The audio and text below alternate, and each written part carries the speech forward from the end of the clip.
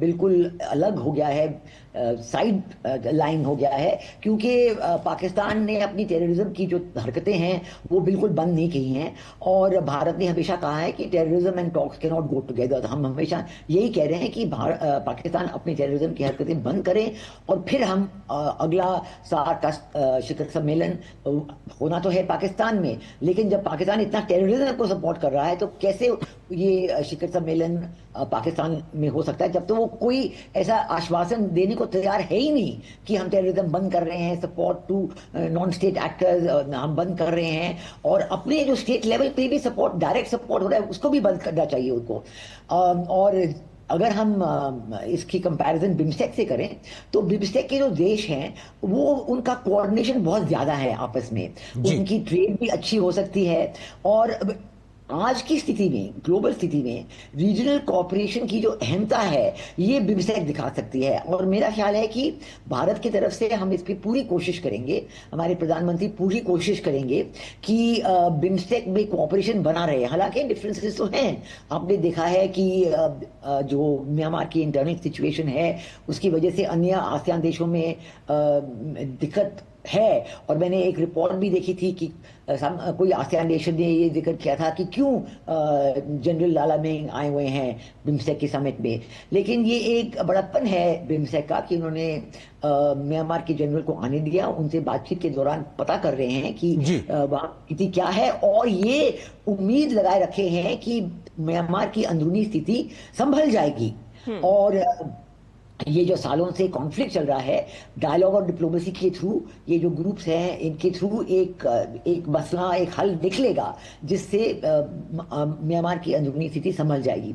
जी। जरूर बांग्लादेश का भी एक प्रॉब्लम है, क्योंकि बांग्लादेश में हमने देखा है कि पिछले साल वहां पे एक तख्तापलट हुआ है, और तख्तापलट के बाद ये जो सरकार वहां पे आई है उनकी कोई कॉन्स्टिट्यूशनल पोजीशन तो है नहीं, और उनका काम ये है कि वो जल्दी से जल्द फ्री फेयर और इंक्लूसिव इलेक्शंस कराएं।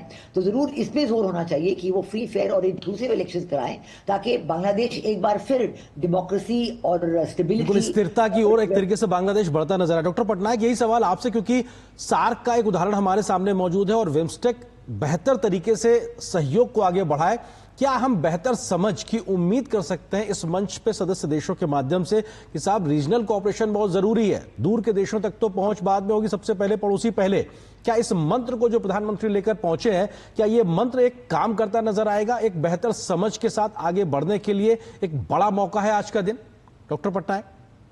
बिम्स्टेक, देखिए आप अगर कोऑपरेशन देखेंगे, बिम्स्टेक का जो कंट्रीज है, मैं सबसे मैं बोलती हूँ, मेरा डेफिनेशन है कि eastern part of south Asia, जहाँ पे कि जो देश के बीच में जो संबंध है मेंबर स्टेट के बीच में बहुत ही अच्छा है compare to SAARC member state के बीच में, स्पेशली इंडिया पाकिस्तान के बीच में, जैसे मैडम सिकरी ने जिक्र किए।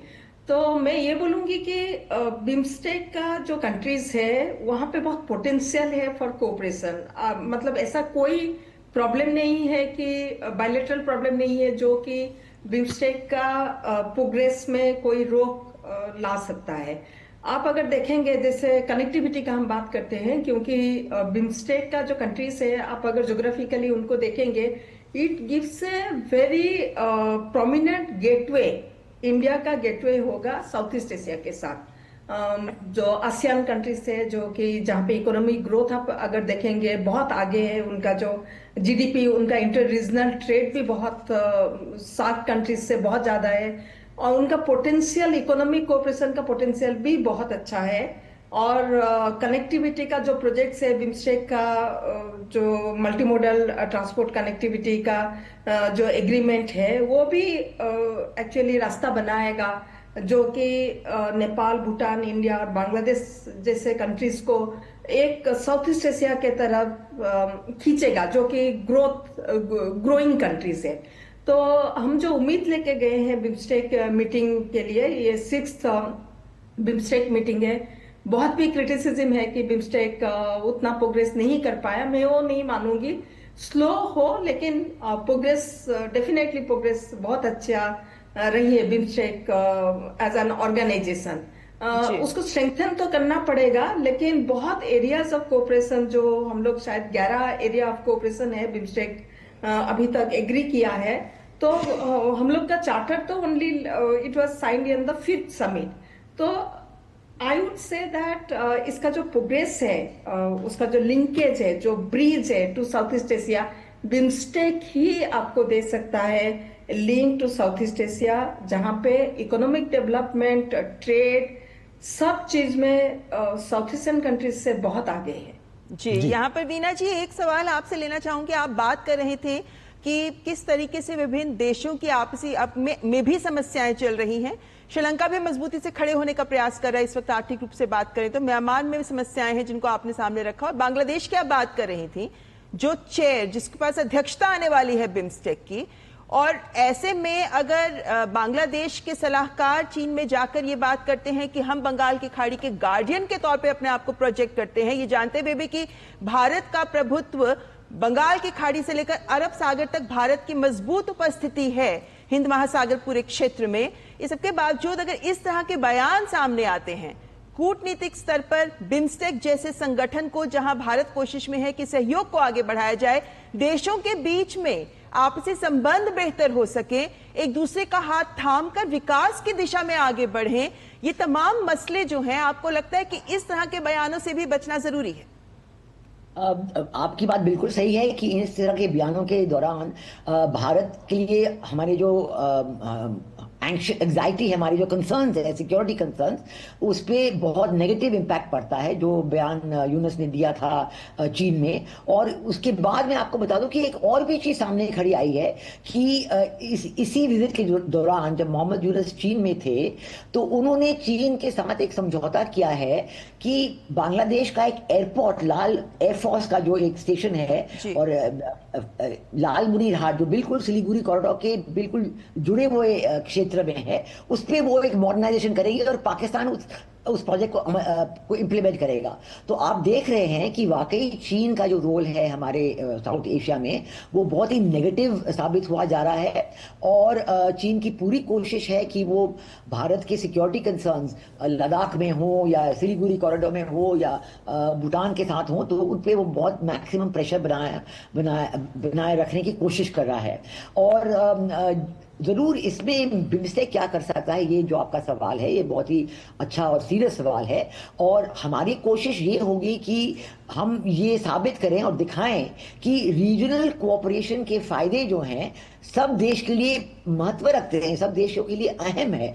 और इन देशों को ये बात समझनी चाहिए कि अगर वो अपने देश के लोगों की तरक्की चाहते हैं, उनकी इकोनॉमिक प्रॉस्पेरिटी चाहते हैं, तो वो रीजनल कोऑपरेशन का फायदा उठाएं। और ये समझ ले कि चीन एक साउथ एशियन देश नहीं है, चीन एक आसियान देश नहीं है, चीन is not of the Himalayas. चीन का कोई रोल नहीं है ना साउथ एशिया में और ना आसियान में, लेकिन वो हमेशा अपना दबाव बनाए रखते हैं। आसियान पे उन्होंने पूरा दबाव बनाए रखा है, और कम्बोडिया और अन्य देशों में यही प्रॉब्लम है कि वो आसियान में कई चीजों पे प्रोग्रेस नहीं होने दे रहे हैं क्योंकि चीन का दबाव उन पे है। Code of conduct in South China Sea, इन सब चीजों पे बहुत दबाव है। तो इसलिए हमारी कोशिश तो यही रहेगी कि ये साबित करना कि लोगों सब मेंबरान जो बिम्स्टेक के हैं उनको ये दिखाना कि देखिए आप रीजनल कोऑपरेशन पे आ जाइए और ये जो बायलैटरल सिक्योरिटी कंसर्न है इनको जहन में रखिए, और ऐसा कोई चीज ना कीजिए जिसपे किसी भी मेंबर के सिक्योरिटी कंसर्न बढ़े। और वाकई ये जो यूनुस ने अपनाया है ये रास्ता, ये बहुत नेगेटिव रास्ता है। लेकिन यूनुस की सरकार तो एक टेम्पररी सरकार है, ये उनकी कोई कॉन्स्टिट्यूशनल पोजीशन है ही नहीं। वो शायद चंद ही महीनों में वो एक केयरटेकर गवर्नमेंट के हाथ अपना सौंप देना चाहिए और इलेक्शन होते रहने चाहिए 2-4 महीनों में। तो ये तो अगर ये ऐसे हुआ तो शायद नेगेटिव ये जो व्यू है इनका, बांग्लादेश के लोग तो देख रहे हैं, वो तो बहुत ही चिंतित है क्योंकि उनकी इकोनॉमी बिल्कुल डूब रही है, सारे फैक्ट्रीज बंद है। और वैसे भी वीना जी हम देख सकते हैं कि एक और दक्षिण चीन सागर है जहां पर चीन एक बड़ा देश है, लेकिन वहां पर जिस तरीके की मुश्किलें हैं और उसके तुलना अगर हम करते हैं बंगाल की खाड़ी जहां भारत एक बड़ी शक्ति है, यहाँ पर जिस तरीके की शांति और स्थिरता है, ये भी एक उदाहरण विश्व के सामने रखता है। बिल्कुल। और किस तरीके से डॉक्टर पटनायक अगर इस बात को समझने की कोशिश की जाए कि प्रधानमंत्री मोदी कल थाईलैंड में जब उनका दौरे का पहला दिन था, वो सीधे तौर पे इस तरीके से मंत्र देते हैं कि भारत विश्वास करता है विकासवाद में, विस्तारवाद में नहीं। जिस बात का जिक्र इस पूरे क्षेत्र को लेकर हो रहा है वो बेहद महत्वपूर्ण है कि इस तरीके से अगर रीजनल कोऑपरेशन में आगे बढ़ना है तो हमको डेवलपमेंटल पार्टनर तरीके से बढ़ना होगा, एक दूसरे के विरोधाभासी तरीके से नहीं।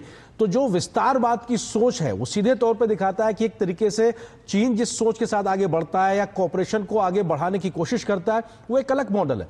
भारत कदम ताल करके सहयोगात्मक तरीके से डेवलपमेंटल तरीके से आगे बढ़ने की बात करता है। आपको लगता है कि यह मंत्र भी जो प्रधानमंत्री ने कल कहा था, आज बिम्स्टेक के मंच से भारत की एक पहल होगी कि साहब ये कोशिश हो सकती है, मूल मंत्र हो सकता है, आइए मिलकर साथ आगे बढ़े इस दिशा में।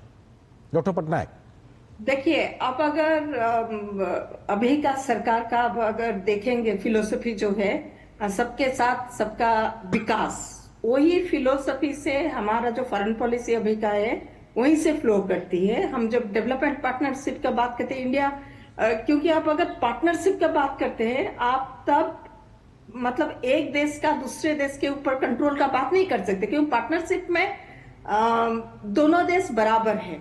एक देश का दूसरे देश के ऊपर कंट्रोल नहीं है, क्योंकि नहीं तो पार्टनरशिप नहीं हो सकता है। तो हमारा जो कंसेप्चुअलाइजेशन जो है पार्टनरशिप की, हम पार्टनरशिप में विश्वास करते हैं, जैसे प्राइम मिनिस्टर ने बोले विस्तारवाद में नहीं विश्वास करते हैं। इंडिया का सब समय ये रही है कि जो पड़ोसी देश है इंक्लूडिंग बिम्स्टेक कंट्रीज, जो एक्सटेंडेड नेबरहुड हम लोग बोलते हैं, तो वहां पे हम लोग इकोनॉमिक कोऑपरेशन का बात करते हैं। हम लोग टेक्नोलॉजिकल इंडिया का आईटेक प्रोग्राम भी है जहां पे हम लोग कैपेसिटी बिल्डिंग में इन्वॉल्व है बहुत सारे दुनिया का बहुत सारे देश के साथ, वो भी बहुत सिग्निफिकेंट है। तो विस्तारवाद का जब बात होता है तब आप चाहते हैं कि दूसरे देश का जो इंफ्रास्ट्रक्चर है आप पैसा नहीं दे पाए तब पूरा कंट्रोल में ले लिए। हम देखें चाइना के साथ यही हुआ है। श्रीलंका में जैसे जो प्रोजेक्ट है हम्बनटोटा पोर्ट अभी कंप्लीटली जो है वो चाइना का कंट्रोल में है, 99 ईयर लीज में लिए हैं। तो इंडिया का जो मॉडल है बहुत डिफरेंट मॉडल है। हम लोग का जॉइंट वेंचर मॉडल है और ज्यादातर हमारा जो एलओसी है, लाइन ऑफ क्रेडिट है, बहुत ही इंटरेस्ट रेट बहुत कम है, नियरली 1% है। और उसके बाद हम लोग का बहुत सारा ग्रांट प्रोजेक्ट है। आप अगर ग्रांट प्रोजेक्ट इंडिया का देखेंगे, जहां जहां हम लोग का ग्रांट प्रोजेक्ट इंप्लीमेंट हुआ है, जनरली जहां पे जो जनरल साधारण पब्लिक है उनको बेनिफिट करेगा। आप कहीं पे भी देख लीजिए, हमारा मॉडल जो है ग्रांट प्रोजेक्ट जो है वो बहुत पीपल सेंट्रिक है। और बाकी जो है हमारा जेबी मॉडल है जहां पे, इसीलिए वो जेबी मॉडल जो है वो सबके साथ सबके विकास का जो फिलोसफी है सरकार का, उसी मॉडल से वो आगे बढ़ता है। हम पार्टनरशिप का बात करते हैं, हम कंट्रोल का बात नहीं करते हैं। इसीलिए हम लोग का जितना सारा इन्वेस्टमेंट है थोड़ा टाइम तो लेता है, लेकिन और डेट ट्रैप में नहीं डालता है दूसरे देश। जी बिल्कुल। लेकिन यहाँ पर वीना जी, ये बात जग जाहिर है कि भारत एक विकासात्मक सोच के साथ ही देशों के साथ आगे बढ़ता है, रिश्तों को आगे बढ़ाता है। हम बिम्स्टेक की अगर हम बात करते हैं तो जैसा हमने देखा कि 2024 का वर्ष एक बड़ा टर्निंग पॉइंट माना जा सकता है जब चार्टर अडॉप्ट हुआ। इस बार भी उम्मीद जैसे की जा रही है कि बैंकॉक विजन 2030 को हम अडॉप्ट करेंगे। लेकिन अगर हम मास्टर प्लान रेडी है बिम्स्टेक का, 264 प्रोजेक्ट उसमें पहचान कर लिए गए हैं, लेकिन कुछ मोर्चों पर अभी भी उम्मीद की जा रही है कि कार्य आगे बढ़े। जैसे एनर्जी ग्रिड इंटरकनेक्टिविटी पर हम जानते हैं कि रेटिफाई हो चुका है ये कन्वेंशन, लेकिन इस पर काम नहीं बढ़ा। हम जानते हैं कि आतंकवाद और ड्रग ट्रैफिकिंग पर जो कन्वेंशन है उसको भी रेटिफाई किया जा रहा है, लेकिन काम आगे बढ़ना बहुत जरूरी है। तो इस बार जब हम कहते हैं कि rules of procedure for BIMSTEC mechanisms, इन्हें भी अडॉप्ट किया जाएगा, तो ये जो संस्थागत स्तर पर विभिन्न जॉइंट वर्किंग ग्रुप्स के माध्यम से और मैकेनिज्म्स के माध्यम से इस तरीके के मंच काम को आगे बढ़ाते हैं, आपको लगता है कि उन मायनों में इस बार का शिखर सम्मेलन भी गेम चेंजर साबित हो सकता है? जरूर हो सकता है। अगर पूरे सारे 7 देश इकट्ठे मिलके ये निर्णय करें कि इम्प्लीमेंटेशन ही हमारे लिए एक रास्ता है, और जैसे आपने सही फरमाया कि चार्टर भी अडॉप्ट हो चुका है, रूल ऑफ प्रोसीजर भी अडॉप्ट हो रहे हैं, तो सारी चीजें अब हैं हमारे हाथ में कि जो ये अग्रीमेंट साइन हो रहे हैं, मैरीटाइम ट्रांसपोर्ट कोऑपरेशन अग्रीमेंट है और दूसरा है IORA के साथ कोऑपरेशन और एंटी ड्रग्स, एंटी क्राइम, इन सब चीजों पे अमल करने की संभावना अब है। क्योंकि ये सारे जो प्रोसीजरल मैटर्स थे वो सॉल्व हो रहे हैं। और इसलिए अगर भारत का फोकस इस पे रहे, बिम्स्टेक आसियान के रिलेशनशिप पे रहे, कि हम बिम्स्टेक और आसियान की अगर हम कोऑपरेशन बढ़ाएं और इसके जरिए ट्रेड, बिम्स्टेक आसियान रीजन का ट्रेड बढ़ाएं, टूरिज्म बढ़ाएं, पीपल टू पीपल लिंक्स बढ़ाएं, तो ये इन चीज़ों के साथ बहुत पॉजिटिव असर हो सकता है। क्योंकि जो भी हम देखें कि अंदरूनी बातें जो भी हो, आप म्यांमार की बात लें या बांग्लादेश की बात लें, ये तो बिल्कुल सही है कि वहाँ के लोगों पे जो प्रॉब्लम्स आ रहे हैं, उन पे जो इंडिविजुअल डिफिकल्टीज आ रहे हैं, कम्युनिटी डिफिकल्टीज आ रहे हैं, वो बहुत सीरियस हैं। तो आवाम तो यही चाहती है कि वो उससे निकलें और आगे बढ़ें प्रॉस्पेरिटी की तरफ, डेमोक्रेसी की तरफ और सोशल कोहीजन की तरफ। तो ये एक पॉसिबिलिटी है, बिम्स्टेक के थ्रू हम ट्रेड और टूरिज्म बढ़ा सकते हैं। और जो डायलॉग हुआ है, जैसे हमारे प्रधानमंत्री जी ने जनरल लाला मेंग से बात की है, म्यांमार से, की देखिए आप जरा आगे बढ़िए और ये जो इंटरनल डिफरेंसेस हैं इनके ऊपर आके आप पूरे देश को आगे ले जाइए, हम आपकी मदद करने में तैयार हैं, इकोनॉमिक प्रॉस्पेरिटी डेवलपमेंट लाने में तैयार हैं। तो मेरा ख्याल है कि भारत का जो रोल हमारे इस रीजन में है, बिम्स्टेक के रीजन में है, उसका बहुत पोटेंशियल है। क्योंकि ये बिल्कुल सही है कि आपने देखा भी है कि हमारे प्रधानमंत्री जी को कितना रिस्पेक्ट दिया जाता है, कितनी आदत की जाती है कि वो आए हैं। और पूरी सारे जो लोग मौजूद हैं वो समझते हैं कि हमारे प्रधानमंत्री जी का रोल जो है, भारत का रोल जो है पूरे विश्व में और सडनली इस रीजन में बहुत ही अहम है। और भारत ये करने को तैयार है कि बिम्स्टेक के सारे देशों को आगे ले जाए, बायलैटरली भी रिलेशंस डेवलप करने को तैयार हैं और रीजनली भी रिलेशंस डेवलप करने को तैयार हैं, और बिम्स्टेक आसियान रिलेशनशिप को भी आगे ले जाने के लिए तैयार है। तो अगर इन चीज़ों पे सब अमल हुए, क्योंकि अब जो रूल ऑफ प्रोसीजर सब तय हो गए हैं, सेक्रेटेरिएट को स्ट्रेंथन करना चाहिए और हमें अब ऐसे फॉलो अप प्लान्स बनाने चाहिए जिनके जरिए ये जो अग्रीमेंट्स हुए हैं उन पे उनकी इम्प्लीमेंटेशन जल्द से जल्द शुरू हो जाए। बिल्कुल। और ये आप दोनों मेहमानों से खास बातचीत हमारी जारी रहेगी, क्योंकि एक छोटे से ब्रेक का वक्त हो गया। ब्रेक के बाद जब वापस लौटेंगे तो बिम्स्टेक के मायने क्या है, इस बार के छठे शिखर सम्मेलन में किन महत्वपूर्ण मसलों पर बातचीत हो सकती है और क्या कुछ संभावित है बैंकॉक के इस डिक्लेरेशन से, इस बार के समिट से, इन तमाम विषयों पर बातचीत विस्तार से जारी रहेगी छोटे से ब्रेक के बाद।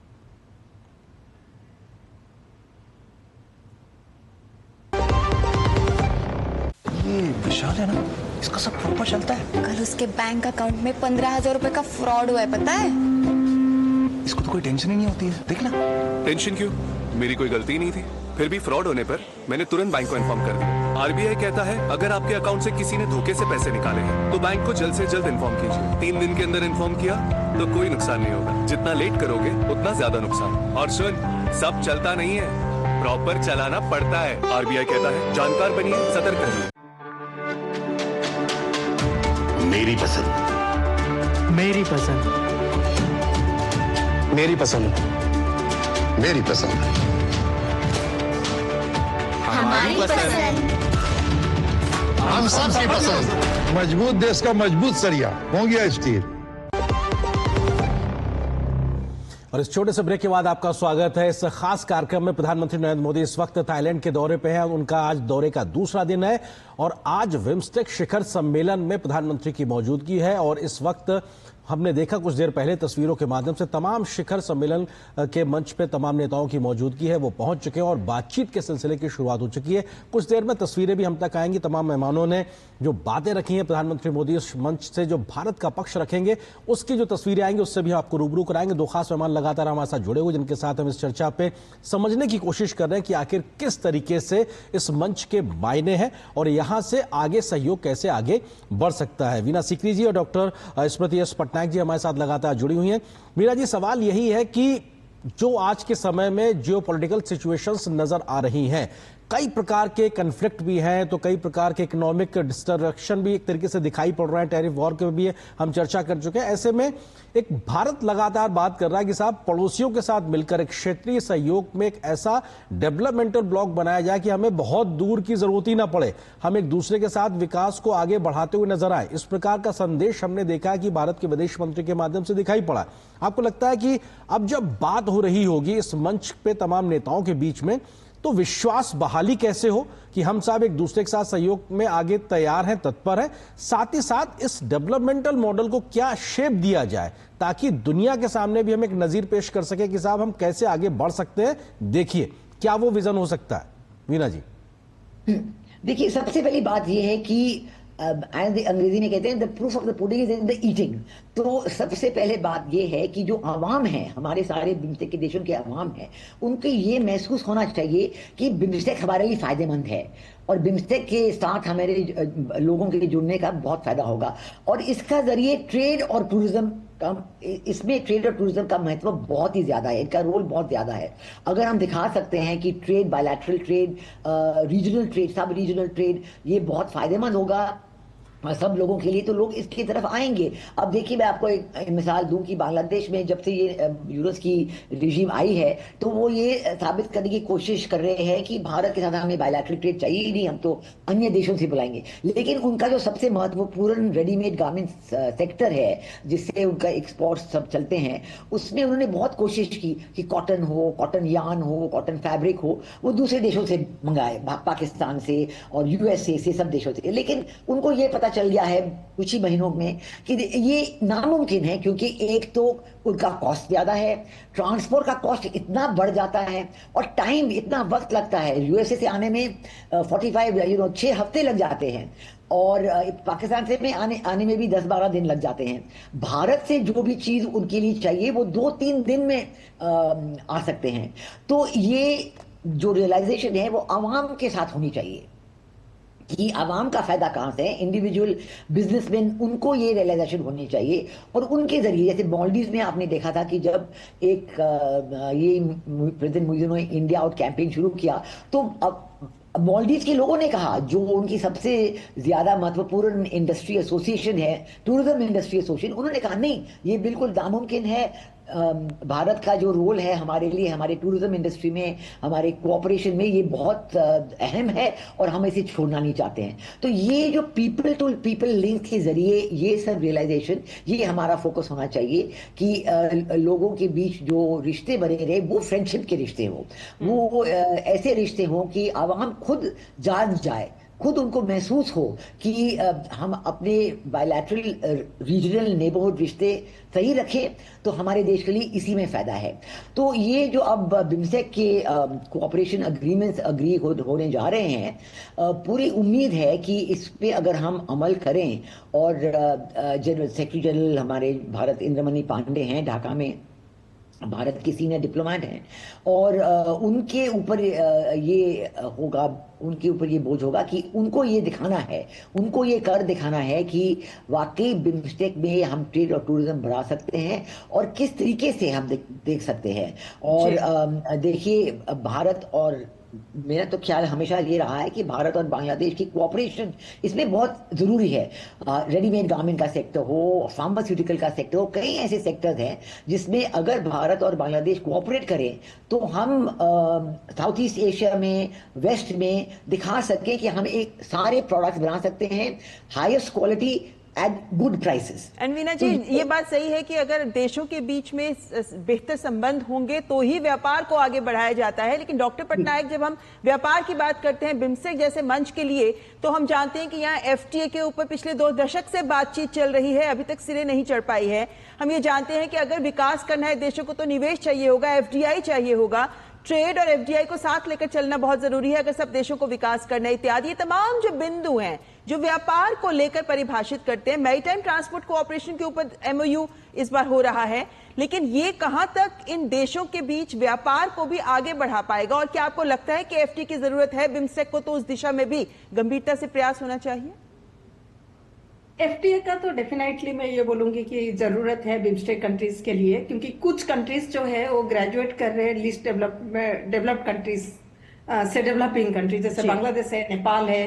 तो एफटीए अगर होगा तो उनका जो अभी जो ट्रेड कंसेशन उनको बायलैटरली मिल रहा है इंडिया से या दूसरे देश से, वो ट्रेड कंसेशन चला जाएगा। तो इसीलिए बहुत ही सिग्निफिकेंट होगा अगर बिम्स्टेक एफटीए को मूव करता है। लेकिन हम लोग जब एफटीए का बात करते हैं, फ्री ट्रेड एग्रीमेंट का बात करते हैं, उसके साथ बहुत ही सिग्निफिकेंट है जो कि आपका ट्रांसपोर्ट कनेक्टिविटी नेटवर्क, क्योंकि फ्री ट्रेड का बात तभी हो सकता है जब आपका दूसरा जैसे कस्टम रिफॉर्म्स है बॉर्डर एरिया में, जैसे हम लोग का इंडिया अपने तरफ से लैंड कस्टम स्टेशन जो है नॉर्थ ईस्ट में सारा का मॉडर्नाइजेशन कर चुका है। तो उसके हिसाब से बॉर्डर एरिया में, क्योंकि आप अगर देखेंगे रोड कनेक्टिविटी, मैरीटाइम कनेक्टिविटी का बात किए जो कि चीपेस्ट मोड ऑफ ट्रांसपोर्टेशन है, जहां पे आपका जो ट्रेड है उसका जो आपको ट्रांसपोर्टेशन का जो कॉस्ट है वो कम होगा if you are taking a maritime route और ए रिवर एंड रूट, जो कि इंडिया बांग्लादेश के बीच में अभी भी है। भूटान और नेपाल के लिए भी वो हम लोग का जो इनलैंड वाटरवेज भी 1 और 2 यूज कर सकते हैं। तो transport connectivity, FTA and reformation of customs और रूल ऑफ ऑरिजिन, ये सारा एक साथ चलेगा। क्योंकि आप अगर फ्री ट्रेड एग्रीमेंट आज आप साइन करते हैं लेकिन आप ट्रांसपोर्टेशन का ऊपर आप कोई ध्यान नहीं दिए, तो how are you going to transport the goods? क्योंकि तभी इन्वेस्टमेंट आएगा जब आपका मैं जहां सपोज मैं नॉर्थ ईस्ट में प्रोड्यूस कर रहा हूँ, सपोज मैं म्यांमार में प्रोड्यूस कर रहा हूँ, तो उसके लिए प्रोडक्शन एक चीज है कि आप प्रोड्यूस करेंगे, एग्रीमेंट होगा, लेकिन प्रोडक्शन आप करने के बाद मार्केट को जब ट्रांसपोर्ट करेंगे, आपका अगर एक लॉजिस्टिक एग्रीमेंट नहीं होगा, लॉजिस्टिक एग्रीमेंट में भी बहुत ही सिग्निफिकेंट है आपका इंश्योरेंस एग्रीमेंट। क्योंकि फॉर एग्जांपल आपका गुड्स सीमलेसली मूव कर रहा है, इंडिया से मूव करके म्यांमार गया, म्यांमार में सपोज एक प्रॉब्लम हो रहा है, तो उसका इंश्योरेंस का जिम्मेदार कौन लेगा? एक्सीडेंट हुआ वहां पे ड्राइवर कौन सा लॉ के अंडर ट्रायल होगा? ये सारा जो चीज है ना, ये basically not and bolt of transport agreement, not and bolt of also free trade agreement. तो ये सारा एक साथ चलना चाहिए। हम आज अगर एफटीए साइन करते हैं सोचते कि we have achieved our goal, वो नहीं होगा, उसके साथ आपको ट्रांसपोर्ट कनेक्टिविटी भी देखना पड़ेगा। बिल्कुल। वीना जी, आपको लगता है कि जो बात डॉक्टर पटनायक कह रही है बहुत महत्वपूर्ण है, और जो एफटीए का सवाल ममता ने किया था उस दिशा में आगे बढ़ना वक्त की जरूरत है, लेकिन मल्टी मॉडल ट्रांसपोर्ट कनेक्टिविटी के तरीके से ये तमाम देश आपस में जुड़ सकते हैं। भारत कई इलाकों में इसको लेकर एक तरीके से प्रयास भी कर रहा है। हमने देखा है कि चाहे वो सी के थ्रू हो, मैरीटाइम कनेक्टिविटी हो, या फिर लैंड के थ्रू कनेक्टिविटी हो, उस पर फोकस दिखाई पड़ रहा है। अगर ये एक तरीके से सीमलेसली ये बॉर्डर्स में हम अपना गुड्स को एक मार्केट एक्सेस दे पाते हैं तमाम देशों के साथ मिलके, सबसे बड़े बेनिफिशियरी हमारे नॉर्थ ईस्टर्न एक तरीके से जो स्टेट्स हैं वही होने वाले। आपको लगता है कि अगर इस दिशा में बेहतरी से जमीन पे कदम होगा, इसका एक बड़ा फायदा भारत के पूर्वोत्तर के राज्यों को होगा? जी बिल्कुल। नॉर्थ ईस्ट इंडियन स्टेट्स जो हैं उनकी तरक्की सबसे ज्यादा होगी, क्योंकि आप देखे हैं कि नॉर्थ ईस्ट स्टेट्स का जो उनकी इकोनॉमी बहुत अच्छी होती थी, और एक समय था कि उनकी कंट्रीब्यूशन, भारत की जीडीपी के लिए उनकी कंट्रीब्यूशन 24% थी, 24% थी। लेकिन अब जो है, क्योंकि कनेक्टिविटी की वजह से वो और इंटरनल प्रॉब्लम्स के, मतलब जो उनकी लोकल इंसर्जेंसी प्रॉब्लम्स वहाँ पे हैं, उसकी वजह से बहुत कम हो गया है। लेकिन अब जो है, इन 15 सालों में जब प्रधानमंत्री शेख हसीना थी बांग्लादेश में, और उन्होंने ये कनेक्टिविटी का इंपॉर्टेंस पूरी तरह से रियलाइज कर दिया था, तो उन्होंने उनके साथ भारत के बहुत अच्छे समझौते हुए थे। Access to Chittagong port, access to Mongla port, ऐसे हुए थे जिसके जरिए नॉर्थ ईस्ट की इकोनॉमी फिर से बढ़ रही थी, क्योंकि सारे सिक्योरिटी इश्यूज एक तरफ हो गए थे। बांग्लादेश ने ये एक्सेप्ट कर लिया था कि हम बिल्कुल किसी इंसर्जेंट ग्रुप को हेल्प नहीं देंगे, और वो अनूप चीते वगैरह सबको हैंड ओवर कर दिया था। तो अगर वो स्थिति कायम रहती है तो वाकई नॉर्थ ईस्ट का रोल बहुत बढ़ सकता है। और अगर हमने देखा कि मोहम्मद यूनुस ने जो बयान दिया वहाँ चीन में, इसकी तो हमारे बिल्कुल ही वो लगता है कि उनके इरादे कुछ और हैं, लेकिन हम इससे आगे बढ़ सकते हैं, क्योंकि हमारे और भी प्लान हैं। हमारा एक प्लान है इंडिया म्यांमार थाईलैंड, ये जो रोड ट्राइलैटरल हाईवे है उसको हमें अमल करना चाहिए। जरूर म्यांमार में रोड हाईवे बनाने में दिक्कत आ गई है, क्योंकि उनकी इंटरनल स्थिति इतनी खराब है। लेकिन अब जैसे मैंने आपने देखा कि हमारे प्रधानमंत्री जी की मुलाकात म्यांमार जनरल लाला मेंग से हुई है, तो शायद मतलब अगर वो चाहते हैं, लाला मेंग स्वीकार करें कि वो अपने देश में शांति चाहते हैं और वो समझौता करने को तैयार हैं, सारे ग्रुप्स को इकट्ठे ला के समझौता करने को तैयार हैं, तो जरूर, क्योंकि म्यांमार की आवाम चाहती है, वो शांतिपूर्वक आवाम है, वो चाहते हैं कि हम एक बार फिर डेमोक्रेसी और डेवलपमेंट के पाथ पे चले, और वो डायलॉग के लिए तैयार हैं। सारे अन्य स्टेट्स के ग्रुप्स हैं वो डायलॉग के लिए तैयार हैं। तो इसलिए अगर ये बात होती है तो वाकई ये अगर ट्राइलैटरल हाईवे पे कोई तरक्की होती है तो बाकी ये हाईवे तो वियतनाम पहुंच सकता है, कहीं भी पहुंच सकता है। बहुत ही एक अच्छा प्रोजेक्ट है ये। बिल्कुल, और संपर्क के जितने भी कॉरिडोर्स बन रहे हैं इस पूरे क्षेत्र में, चाहे वो हम भारत, भूटान, बांग्लादेश और नेपाल का BBIN ट्राइलैटरल कॉरिडोर की बात करते हैं, या फिर भारत, म्यांमार, थाईलैंड जिसकी आप बात ही कर रही हैं इत्यादि, संपर्क जरूरी है। लेकिन यहाँ पर मैं एक सवाल भारत की भूमिका को लेकर लेना चाहूंगी, क्योंकि हम जानते हैं कि बिम्स्टेक के मंच पर अब अलग अलग स्तंभ हैं जिसमें लीड नेशन दी गई हैं, और वो लीड नेशंस उन कार्यों को आगे बढ़ा रही हैं। भारत के मद्देनजर अगर हम देखते हैं तो सिक्योरिटी एक बहुत महत्वपूर्ण स्तंभ है जिसको भारत लेकर आगे बढ़ रहा है, और इसमें हम आपदा प्रबंधन की भी बात करते हैं, आतंकवाद की भी बात करते हैं, लेकिन ऊर्जा की भी बात करते हैं। और प्रधानमंत्री नरेंद्र मोदी जी का ये विजन है कि 1 वर्ल्ड 1 सन 1 ग्रिड, इसको लेकर भी हमारे बेंगलुरु में ही एनर्जी ग्रिड सेंटर बना हुआ है।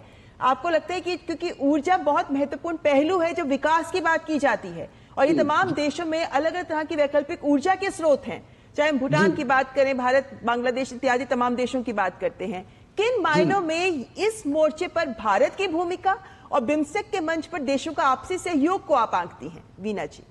जी देखिए, ये बिल्कुल आपने बिल्कुल सही फरमाया है, और हमारी कोशिश यही है कि लोग जान जाए। आपने जो ऊर्जा की बात की, और जो भारत और बांग्लादेश के बीच ग्रिड कनेक्टिविटी की बात हुई है, सक्सेसफुली इंप्लीमेंट हुई है, उससे बांग्लादेश में बहुत असर पड़ा है। उनकी इकोनॉमी बढ़ गई है, और उनका जो 6 to 7% एनुअल ग्रोथ रेट वो उनका हो रहा था पिछले साल तक, ये सब इसी से वजह से है कि ऊर्जा की कनेक्टिविटी उनके लिए बढ़ी है। और हमने उनको डायरेक्टली वेस्ट बंगाल से ऊर्जा देने की डिसीजन लिया है। अदानी का प्रोजेक्ट बना है जिससे उनकी ऊर्जा डायरेक्टली बांग्लादेश को जाती है, और अन्य कई प्रोजेक्ट बने हैं, फ्रेंडशिप प्रोजेक्ट बना है रामपाल में, और वो अलग अलग देश में, और बहुत ही फायदेमंद है। अब देखिए, ये जो है, जो बांग्लादेश ने खुद जाके कहा, चीन ने बयान दिया नॉर्थ ईस्ट के बारे में, उन्होंने कहा नहीं, आप चीन के बिजनेस को कहते हैं कि आप आइए जरूर, देखिए हमारे पास ऊर्जा की कोई कमी नहीं है, हमें ऊर्जा भूटान से मिलेगी, हमें ऊर्जा नेपाल से मिलेगी। लेकिन वो शायद भूल गए कि ये जो ऊर्जा उनको आएगी ये तो भारत के जरिए ही आएगी ना। और अगर वो अपने अग्रीमेंट पे अमल ना करें, कि जैसे जो बांग्लादेश और भारत के बीच हुआ है, एक्सेस टू चिटगांग पोर्ट का हुआ है, एक्सेस टू मोंगला पोर्ट का है, इनको भी उनको कायम करना चाहिए, वो कायम रखें, और ये जो ऊर्जा की है वो हम कायम रखेंगे।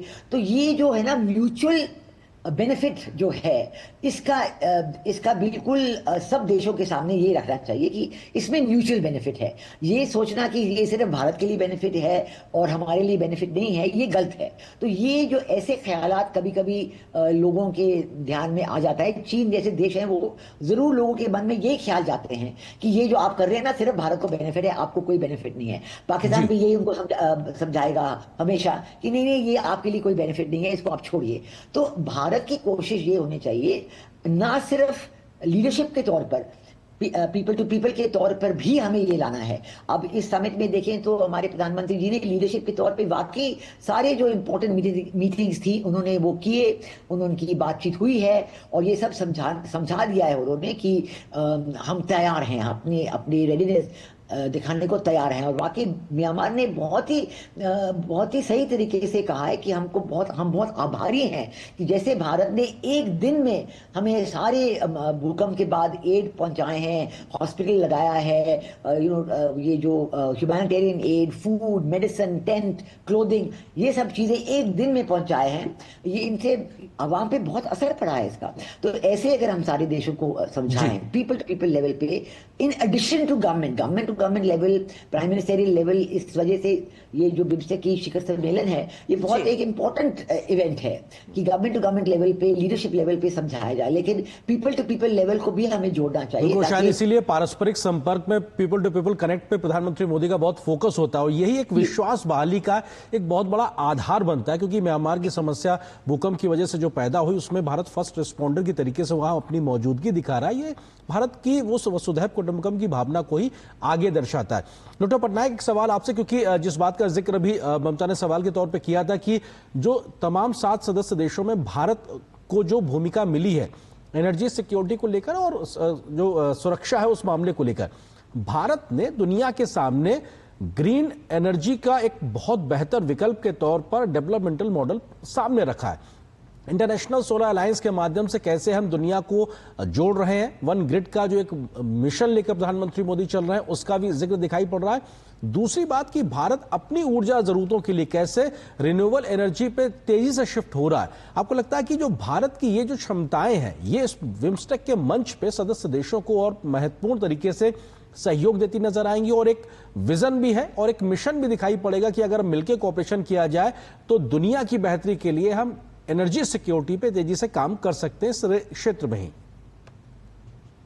जैसे मैडम सिकरी ने अभी बताया कि हम सार्क एनर्जी ग्रिड भी साइन हुआ था लास्ट सार्क समिट में, लेकिन हम देखे हैं पिछले कुछ सालों में BBIN के कंट्रीज के बीच में एनर्जी, आप अगर देखेंगे transmission line, high speed diesel का जो पाइपलाइन बनी है, अभी अमलेखगंज में जो इंडिया पाइपलाइन बनाई है उसके लिए ऑयल पाइपलाइन नेपाल के लिए, और बाकी जो है हमारा जो इन्वेस्टमेंट रही है नेपाल में, भूटान में एनर्जी, जो ग्रीन एनर्जी में ये बोलूंगी, ग्रीन हाइड्रोजन का बात हुई है, सोलर अलायंस का आई कंप्लीटली एग्री, लेकिन हाइड्रो इलेक्ट्रिसिटी का जो बात हुई है, हम देखें eastern part of south Asia में अभी ग्रिड कनेक्टिविटी बन गई है, और यही जो ग्रिड कनेक्टिविटी हम उसको आगे लेके we can connect it to South East Asia. ये सिर्फ एनर्जी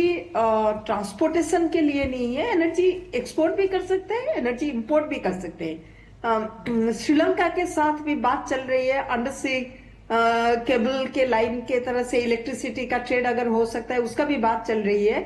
तो भारत इसी में मैं ये बोलूंगी, इंटरनेशनल सोलर अलायंस में भी बहुत सारे जो बिम्स्टेक मेंबर स्टेट है वो भी मेंबर है इंटरनेशनल सोलर अलायंस में, क्योंकि सोलर में अभी ज्यादा फोकस है, क्योंकि क्लीन एनर्जी का बात करें, कॉप में हम लोग का बात होता है जैसे एमिशन लेवल को कम लाने के लिए, तो एनर्जी कॉरिडोर, एनर्जी कोऑपरेशन एक सिग्निफिकेंट एरिया है, उसमें एक्चुअली इतना प्रॉब्लम नहीं है जो आप दूसरे, जैसे फॉर एग्जांपल टेररिज्म में कभी कभी प्रॉब्लम होता है कोऑपरेशन करने के लिए, क्योंकि वहां पे इंटेलिजेंस शेयरिंग का भी बात होता है, क्योंकि आप सिक्योरिटी का बात किए, इंडिया का एक बहुत इंपॉर्टेंट पिलर है वो जो सिक्योरिटी पिलर है बिम्स्टेक में, तो उसमें में भी थोड़ा सा मतभेद हो सकता है, लेकिन एनर्जी कोऑपरेशन में उस टाइप का मैं नहीं देख रही हूँ कोई मतभेद हो सकता है, क्योंकि इसमें ट्रांजिट कॉस्ट भी होता है एनर्जी का, जो गवर्नमेंट या जो देश इंपोर्ट करता है वो ट्रांजिट कॉस्ट उनको देना पड़ता है। ऑलरेडी हम लोग ट्रांसमिशन लाइन हो चुका है, जैसे फॉर एग्जांपल नेपाल और बांग्लादेश के बीच में 40 मेगावाट का जो इलेक्ट्रिसिटी अभी बांग्लादेश इंपोर्ट कर रही है, वो एक सिग्निफिकेंट माइलस्टोन है ये मल्टीलैटरल कोऑपरेशन का।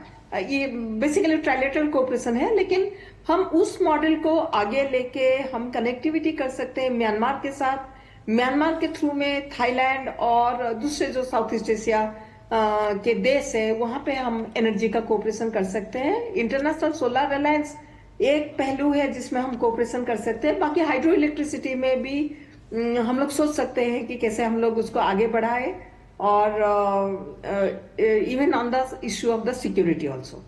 जी डॉक्टर पटनायक, वैसे अब तो हम हालांकि जब हम बात करते हैं ऊर्जा के साथ साथ विकास की भी, तो तमाम क्षेत्रों में सहयोग आगे बढ़ाने के ऊपर फोकस ज्यादा है, संभावनाएं बहुत अपार हैं इस पूरे क्षेत्र के विकास की। अगर हम बात करते हैं भारत जिन स्तंभ पर काम कर रहा है उसमें जैसे हम जानते हैं सिक्योरिटी, सुरक्षा एक बहुत महत्वपूर्ण, जिसमें आतंकवाद भी आता है, ड्रग ट्रैफिकिंग भी आता है, क्राइम के सारे पहलुओं को उससे जोड़ा जाता है। और हम जब इस बार के शिखर सम्मेलन में बात करते हैं कि United Nations office of drug crime के साथ भी MOU हो रहा है, ये भी किस मायने में इस क्षेत्र के लिए महत्वपूर्ण है, क्योंकि ना केवल वो टेक्निकल सपोर्ट देंगे बल्कि साथ ही ये भी बात की जा रही है कि कई महत्वपूर्ण पहल, साझा इनिशिएटिव्स भी हैं जिन्हें आगे बढ़ाया जाएगा। इस क्षेत्र में ये समस्या और उसके मद्देनजर ये MOU किन मायनों में महत्वपूर्ण है?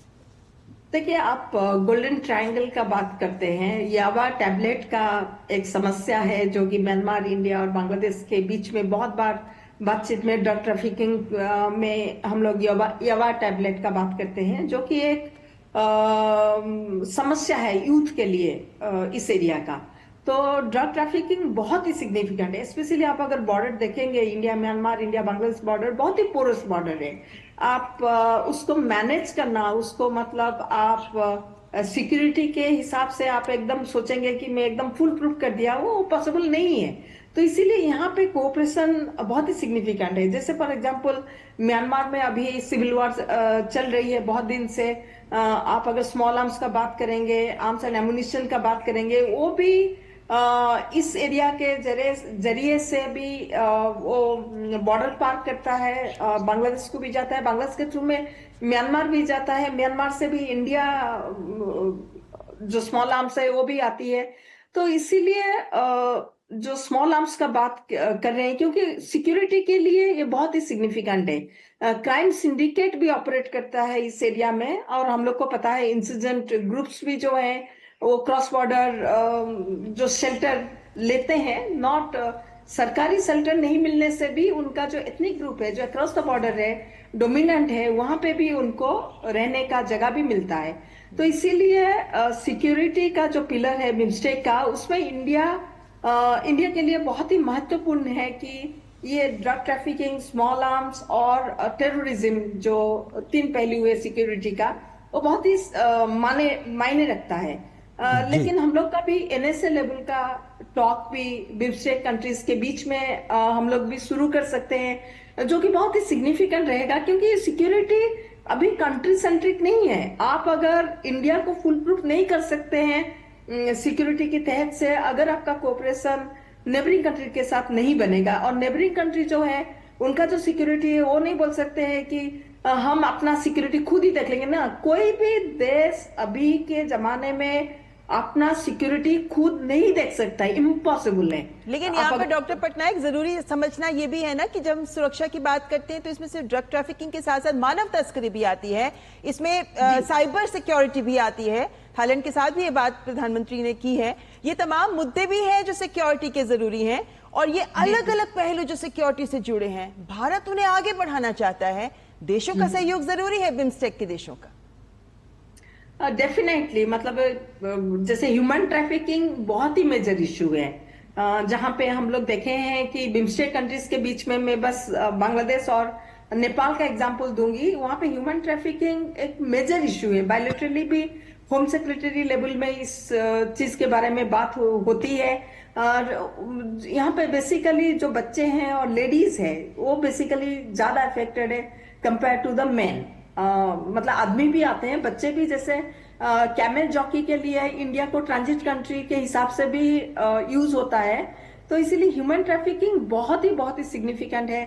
हम देखे हैं अभी जो साइबर सिक्योरिटी का आप बात किए हैं, अभी बीच में कैसे इंडियन को यूज किया जाता था साइबर क्राइम में, म्यांमार के बॉर्डर में। चाइना का भी वही समस्या था, थाईलैंड में भी कैसे यूज किया जाता है साइबर क्राइम के लिए, जहां पे लोग एक्चुअली उनको एक्सप्लॉइट किया जाता है, वो निकल भी नहीं सकते हैं।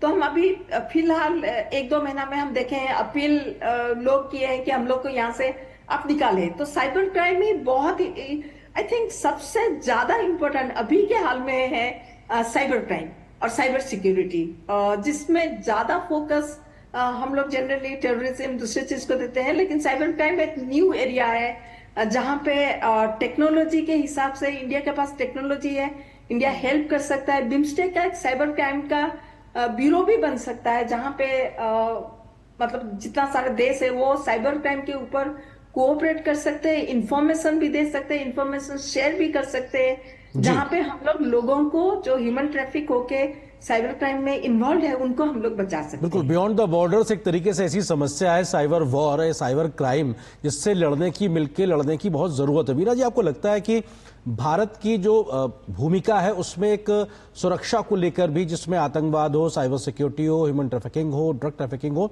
इन सब पे काम करना उसकी एक तरीके से भूमिका है इस बिम्स्टेक के मंच पे। आपको लगता है कि मौजूदा परिप्रेक्ष्य में, मौजूदा चुनौतियों को लेकर भारत एक क्षमता के साथ जिस तरीके से आगे बढ़ रहा है, क्या वो एक विश्वास बहाली का एक वातावरण बनाया जा सकता है? क्योंकि हम जब समस्या को समस्या समझेंगे, स्वीकारेंगे, तभी हम समाधान पे आगे बढ़ सकेंगे। क्या इस प्रकार की इतनी समझ देशों के बीच इस मंच पे आ सकती है कि हम समस्या को समस्या मान के समाधान की ओर बातचीत करें और आगे बढ़ें? आपको क्या लगता है इस विषय पे? ये आपने सही फरमाया कि ये सब कॉन्फिडेंस बिल्डिंग मेजर्स हैं और इसके जरिए जरूर फर्क पड़ सकता है। लेकिन जैसे मैंने कहा, जरूरत ये है कि ये जो कॉन्फिडेंस बिल्डिंग मेजर्स हैं ये लीडरशिप के लेवल से पीपल टू पीपल लेवल पे ही आए। और इसलिए जो हमारे प्रधानमंत्री जी ने हमेशा पीपल टू पीपल डिप्लोमेसी पे फोकस किया है और पीपल टू पीपल एक्सचेंजेस पे फोकस किया है, वो बहुत जरूरी है। ये जो आप कहते हैं साइबर क्राइम, ये जो आप कहते हैं human trafficking, the people should realise, लोगों की आवाम में ये एहसास होना चाहिए कि ये गलत हो रहा है। और इसलिए वो लोगों को ये एहसास होना चाहिए कि अगर हमारी कोऑपरेशन बनी रहे तो इसमें फर्क आ सकता है। अब देखिए, इवन सार्क में भी एक उनके जो एक सोशल चार्टर है सार्क में, और उनके जरिए एक प्रोटोकॉल्स भी हैं against human trafficking, against women and children trafficking. ये तो बहुत सीरियस प्रॉब्लम है साउथ एशिया में, लेकिन उस पर इम्प्लीमेंटेशन कभी हुई ही नहीं है और ये देश करना ही नहीं चाहते। सार्क के देश में, सार्क के टाइम में भी एक सेंटर बना था, एंटी टेररिज्म सेंटर इन श्रीलंका, लेकिन वो उसमें कोई इंफॉर्मेशन अपना दे ही नहीं रहा, कुछ कोऑपरेशन हो ही नहीं रही है। तो जब तक ये आवाम को रियलाइजेशन ना हो कि हमारा फायदा इसी में है कि हम रीजनल कोऑपरेशन बनाए, कि ड्रग्स जो है वो तो बॉर्डर से आते हैं। ये जो याबा ड्रग है जो म्यांमार से आता है भारत में, म्यांमार से बांग्लादेश में आता है, बांग्लादेश से भारत में आता है। ये सब एक बहुत सीरियस प्रॉब्लम है, क्योंकि ये याबा ड्रग इतनी पोटेंट है कि एक बार कोई ले ले तो बस उसके बाद एडिक्शन बच जाती है। सो ये बहुत सीरियस है। इसमें जरूर ऑफिशियल लेवल पे, कस्टम्स यूनियन लेवल पे एक्शन होता है, गवर्नमेंट लेवल पे होता है, लेकिन ये जो even the importance of social interaction, नुक्कड़ नाटक जो कहते हैं, इसी से फायदा होता है कि लोगों को समझ में आ जाए। तो हमें एक ऐसा पॉपुलर प्रोग्राम करना चाहिए ताकि हम सब देशों में ये बात फैलाए अपने अपने भाषाओं में कि सोशल लेवल पे प्लीज इनमें ना जाइए, आप एजुकेशन की तरफ जाइए, people to people cooperation in let them get training, उनको ट्रेनिंग मिलनी चाहिए, उनको ट्रेनिंग फाइनेंस में मिलनी चाहिए, उनको ट्रेनिंग आईटी इंफॉर्मेशन टेक्नोलॉजी। यानी ये कह सकते हैं वीना जी कि अलग अलग एस्पेक्ट्स पर काम किया जाना जरूरी है और इस काम को रफ्तार दी जा सकती है अगर विभिन्न देश आपस में मिलकर सहयोग करें। और बिम्स्टेक के मंच एक महत्वपूर्ण मंच, जब कम से कम बंगाल की खाड़ी के जो 7 देश हैं ये मिलकर इस क्षेत्र में भी आगे बढ़ सकते हैं। फिलहाल आप दोनों से अनुरोध करेंगे आप बने रहिए हमारे साथ, चर्चा को आगे बढ़ाएंगे, लेकिन उससे पहले यहाँ वक्त एक ब्रेक का। देखते रहें ये खास कार्यक्रम। जब धरती चीर कर निकलता है लोहे का पत्थर और मिलता है मोंगिया के जोश से, फिर तपता है, पिघलता है और बनता है फौलाद। अब होता है सरिया सारी खूबियों के साथ। मोंगिया स्टील, मजबूत देश का मजबूत सरिया। जो लक्ष्य चुना था समझ आने लगा है। GLA यूनिवर्सिटी, उच्च लक्ष्य की निश्चित प्राप्ति। और इस छोटे से ब्रेक के बाद आप सभी का स्वागत है। और प्रधानमंत्री नरेंद्र मोदी इस वक्त थाईलैंड में मौजूद है। बिम्स्टेक शिखर सम्मेलन की शुरुआत होने वाली है और तरीके से हो भी चुकी है। और दर्शकों की सहूलियत के लिए ममता, अगर इस बात का जिक्र किया जाए कि बिम्स्टेक क्या है, तो किस प्रकार से Bay of Bengal Initiative for Multi Sectoral Technical and Economic Cooperation का एक खाका था जो पेश किया गया था 1997 में, और 6 जून को इसके एक तरीके से स्थापना हुई थी। इसमें 7 सदस्य, जिसका आप अभी जिक्र भी कर रही थी, बांग्लादेश, भारत, श्रीलंका, थाईलैंड, म्यांमार, नेपाल, भूटान, जिसमें दक्षिण एशिया के 5 और दक्षिण पूर्व एशिया के 2 देश हैं। तो अपने आप में ये यूनिक कोऑपरेशन का एक मंच है जहां पे 2 अलग अलग क्षेत्र जुड़ते हुए नजर आते हैं।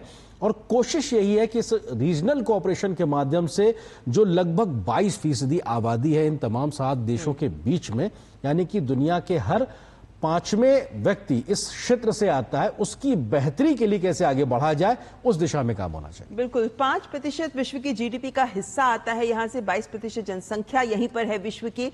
3% के करीब कह सकते हैं कि रफ्तार यहाँ पर जो ट्रेड होता है उसको भी देखा जाता है। तमाम ये पहलू हैं जो बहुत महत्वपूर्ण है, जो ये दिखाते हैं कि बंगाल की खाड़ी कितनी महत्वपूर्ण है। क्योंकि अगर हम हिंद महासागर के ऊपर भी एक नजर डालते हैं तो हम पाते हैं कि पूरा जो हिंद महासागर है, जो बंगाल की खाड़ी या मलक्का की खाड़ी से लेकर मोजाम्बिक खाड़ी तक जाता है, ये पूरा हिंद महासागर जो है यहाँ का महत्वपूर्ण हिस्सा है, बंगाल की खाड़ी। और इस पूरे क्षेत्र से जो व्यापार होता है वो विश्व के व्यापार को कह सकते हैं कि आधार देता नजर आता है। और इन मायनों में बंगाल की खाड़ी के ये देश महत्वपूर्ण भूमिका निभाते हैं। इसलिए हम आज बिम्स्टेक का चूंकि छठा शिखर सम्मेलन है, प्रधानमंत्री नरेंद्र मोदी उसमें शामिल हो रहे हैं और इस वक्त ये शिखर सम्मेलन जारी है। ऐसे में प्रधानमंत्री नरेंद्र मोदी के वक्तव्य का भी इंतजार है। कौन से महत्वपूर्ण बिंदु भारत इस मंच पर रखना चाहेगा उस पर भी विश्व की भी नजर है। और हमारे साथ दो मेहमान जुड़े ही हुए हैं लगातार, जिनसे हम बातचीत को आगे बढ़ा रहे हैं। और वीना जी, एक बड़ी बात यहाँ पर, क्योंकि हम जानते हैं लगातार हम इस बात को आगे बढ़ा रहे हैं कैसे बिम्स्टेक के देश अलग अलग क्षेत्रों में सहयोग की दिशा में आगे बढ़ रहे हैं। 7 स्तंभ हैं जिन्हें निर्धारित किया गया है। व्यापार भी उनमें महत्वपूर्ण है। हम ब्लू इकोनॉमी की बात करते हैं इस मंच पर, हम माउंटेन इकोनॉमी की भी बात करते हैं, लेकिन यहाँ पर बहुत महत्वपूर्ण जो विश्व के लिए महत्वपूर्ण विषय वो है खाद्य सुरक्षा को लेकर या कृषि को लेकर। और इस क्षेत्र की जब बात करते हैं तो भारत ने ही प्रपोजल भी दिया है कि यहाँ पर ही एक्सीलेंस सेंटर फॉर एग्रीकल्चर हम यहाँ पर भारत में बनाएंगे। तो ऐसे में कृषि और खाद्य सुरक्षा के मुद्दे पर बिम्स्टेक के देशों के बीच के सहयोग को आप कैसे देखते हैं? वीना जी, ये सवाल मैं डॉक्टर पटनायक से लेना चाहूंगी। और डॉक्टर पटनायक, यहाँ पर ये भी इस बात को भी जरूर रेखांकित करिए कि न केवल इन देशों के बीच, क्योंकि इन देशों के में ब्लू इकोनॉमी बहुत महत्वपूर्ण है, फिशरीज बहुत महत्वपूर्ण है, तमाम ये पहलू महत्वपूर्ण है। भारत की भूमिका जब हम कृषि और खाद्य सुरक्षा की बात करते हैं इस मंच पर कितनी महत्वपूर्ण हो जाती है? देखिए, आप फूड सिक्योरिटी का जो बात करते हैं, इंडिया का एक लीडिंग रोल रही है हम लोगों का। जैसे सार्क का फूड सिक्योरिटी का जो फूड बैंक था, उसका मतलब इंडिया का एक महत्वपूर्ण रोल रही है। तो बिम्स्टेक में आप एग्रीकल्चर का बात किए, technology, agriculture, India is a leading country as far as agriculture is concern, agriculture product is concern. Scientifically हम लोगों का रिसर्च में, एग्रीकल्चर रिसर्च में भी हम लोग एक लीडिंग कंट्री है। तो वो जो वहाँ पे मतलब जैसे रिसर्च में कैसे आगे हम लोग बढ़ाएंगे, प्रोडक्शन का बात आती है जब आप एग्रीकल्चर का बात करते हैं। एग्रीकल्चर का जब बात करते हैं आप क्लाइमेट चेंज का भी बात करते हैं, क्योंकि क्लाइमेट चेंज बहुत इम्पैक्ट करता है एग्रीकल्चरल प्रोडक्टिविटी के ऊपर। तो मैं ये बोलूंगी कि इंडिया एक लीडिंग रोल इसमें प्ले कर सकती है टेक्नोलॉजी के तहत से और कैपेसिटी बिल्डिंग से, क्योंकि इंडिया का कैपेसिटी बिल्डिंग में एक महत्वपूर्ण रोल रही है हिस्टोरिकली, मतलब अभी नहीं, मतलब बहुत साल से। और हम लोग जैसे ट्रेनिंग का, इंडिया में बहुत सारा हम लोग ट्रेनिंग करते हैं, ब्यूरोक्रेसी का ट्रेनिंग।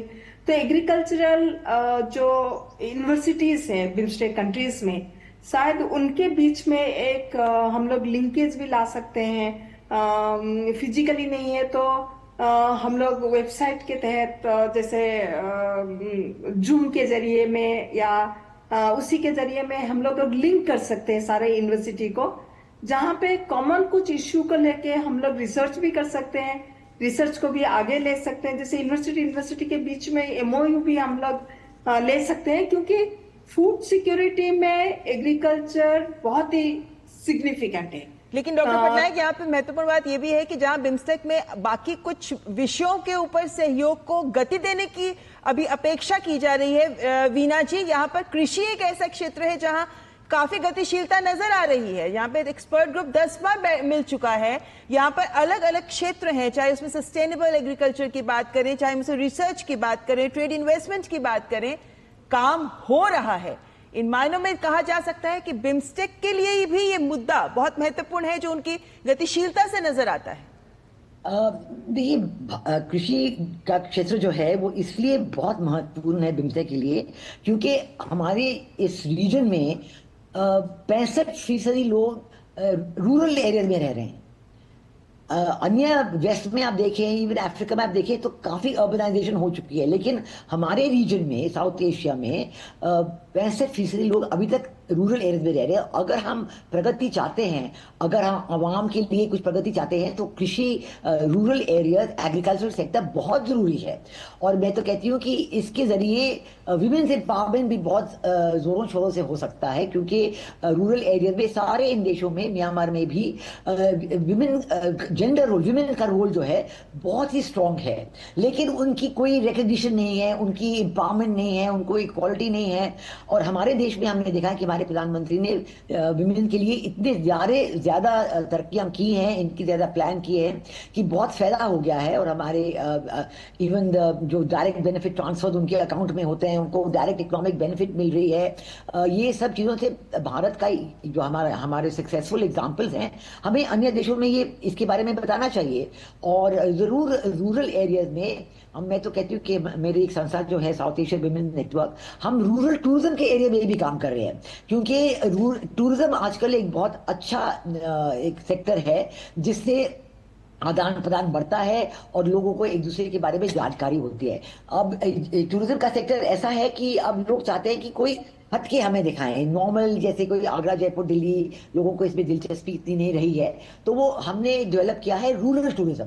और जाके आप रूरल एरियाज में जाके रहिए, वहाँ के लोगों से मुलाकात कीजिए, और रूरल एरियाज में क्या वहाँ पे उनकी तरक्कियाँ हैं, उनके क्राफ्ट्स कैसे हैं, उनके टेक्सटाइल्स कैसे हैं, उनका फोक म्यूजिक और डांस कैसा है।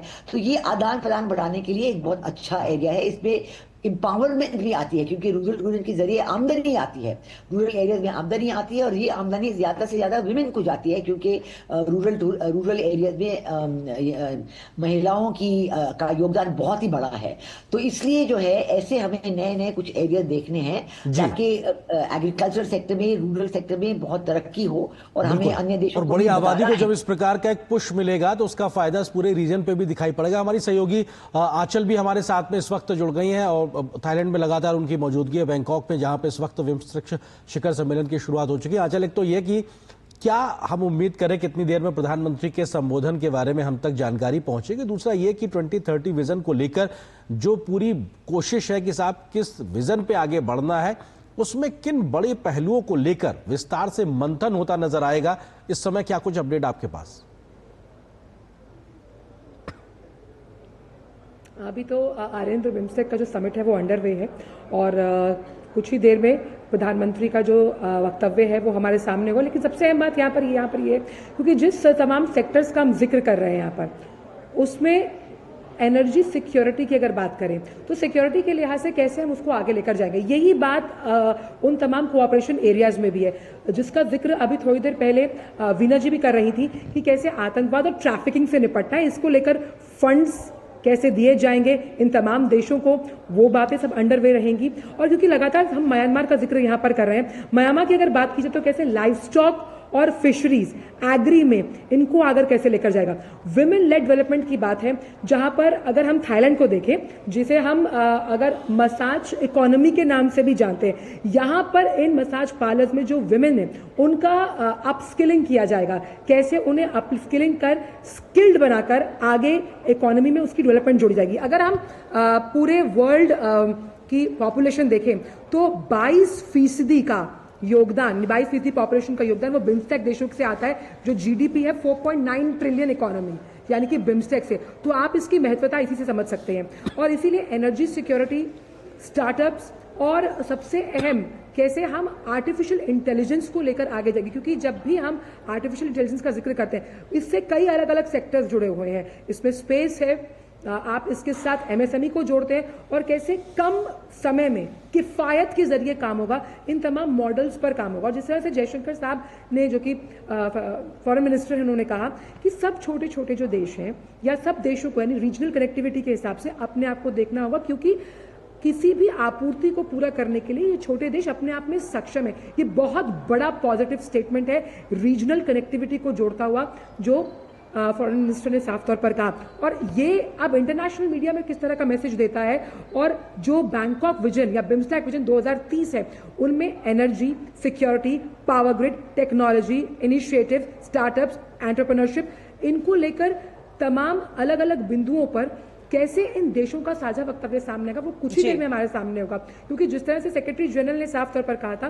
कि भारत लगातार इस नीति के साथ आगे बढ़ता है कि सभी के आर्थिक हित, सामाजिक हित, राष्ट्रीय हित एक ही लाइन पर पैरेलल चलते हुए नजर आए। इसीलिए अलग अलग जो तमाम क्षेत्र थे जिसमें मैंने आपको बताया एग्री है और टूरिज्म की बात बहुत इंपॉर्टेंट कि 2 मिलियन से ज्यादा टूरिस्ट अभी थाईलैंड में जो लास्ट ईयर का आंकड़ा है वो बताता है। और ऐसे में ये कई जो तमाम देश है जिसमें चाहे हम नॉर्थ ईस्ट की बात करें, नॉर्थ ईस्ट के लिए बहुत बड़ा गेट अवे है बिम्स्टेक। कैसे टूरिज्म के लिहाज से इनकी इकोनॉमीज को अपलिफ्ट किया जाएगा। आंचल, ये बात हम समझ सकते हैं कि अलग अलग क्षेत्रों में योगदान होता है, उसके अलग अलग पॉजिटिव इफेक्ट्स हैं अलग अलग सेक्टर्स पर। जी आंचल, अलग अलग क्षेत्र में आपने जैसे बहुत व्यापक तरीके से इस बात को सामने रखा कि सहयोग के अपार अवसर हैं, लेकिन ये बात लगातार कही जाती रही है कि सहयोग बढ़ाना चाहिए। बिम्स्टेक के मंच पर विभिन्न देशों के बीच में आपसी सहयोग बढ़ना चाहिए।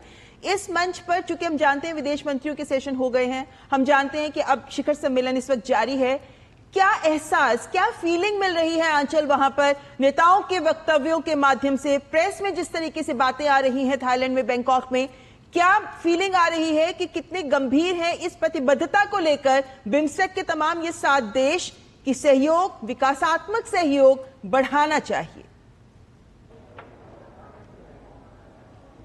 ये प्रतिबद्धता तो यहीं से हम जान सकते हैं कि जब प्रधानमंत्री